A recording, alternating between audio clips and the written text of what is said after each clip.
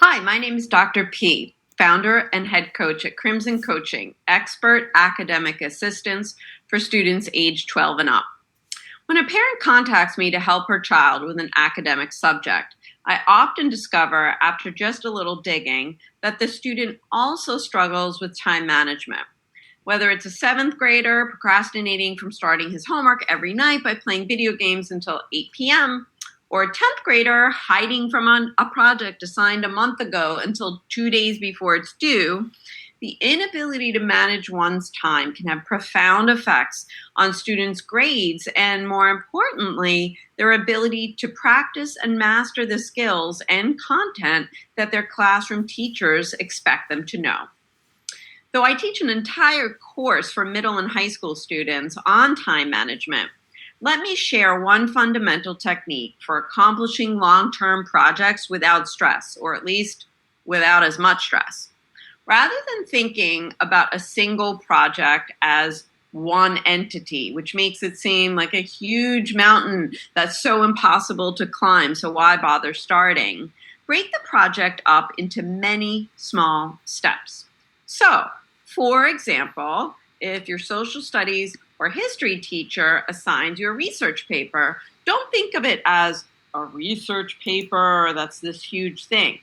Think of the assignment as finding sources, reading and taking notes on the sources, and check out my note-taking mini lessons for steps on how to do that, outlining, writing the rough draft, and editing. Write each step out on a sheet in your history notebook or whichever subject that you're planning right now. Next, estimate the amount of time that you think you might need to finish each step and record that number next to each step. So for example, I might think it takes me 1 hour to find sources, maybe 1.5 to read them, maybe 1 to outline, maybe 2 to write the rough draft, and maybe another 1 to edit. Next, and I'm sorry, but students always hate this, I want you to actually cross out those numbers and double them, because students famously underestimate the amount of time it takes to do things that they don't particularly want to do. I think we're all like that, not just students. So once you've done that, you're going to add up the total amount of hours for the whole project, which in this case is 13. Then, let's say your research paper is due in 15 days.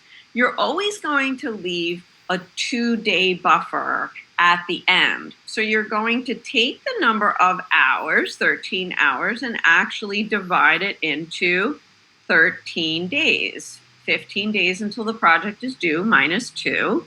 And so you're going to get, obviously, here 1 hour per day.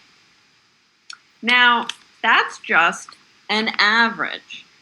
First, why finish early? Well, obviously, if you get sick or have an emergency in between now and the due date, factoring in that 2-day buffer into your schedule helps ensure that the paper will actually get submitted on time. Next, the 1 hour per day is an average. If soccer practice Monday through Thursday prevents you from doing any long-term work on those nights and your at-home time is just filled with doing homework the next day, you might have to tack those 4 hours of work, that's 1 hour per night, onto the weekend. Maybe you'll do 2 extra on Saturday and 2 extra on Sunday. Once you've figured out the number of hours you need to work on the long-term project, don't forget to write them into your planner or monthly calendar in pencil and use a slow day or night of the week to check in on your progress and make readjustments to your schedule as necessary. Well, that's all we have time for today.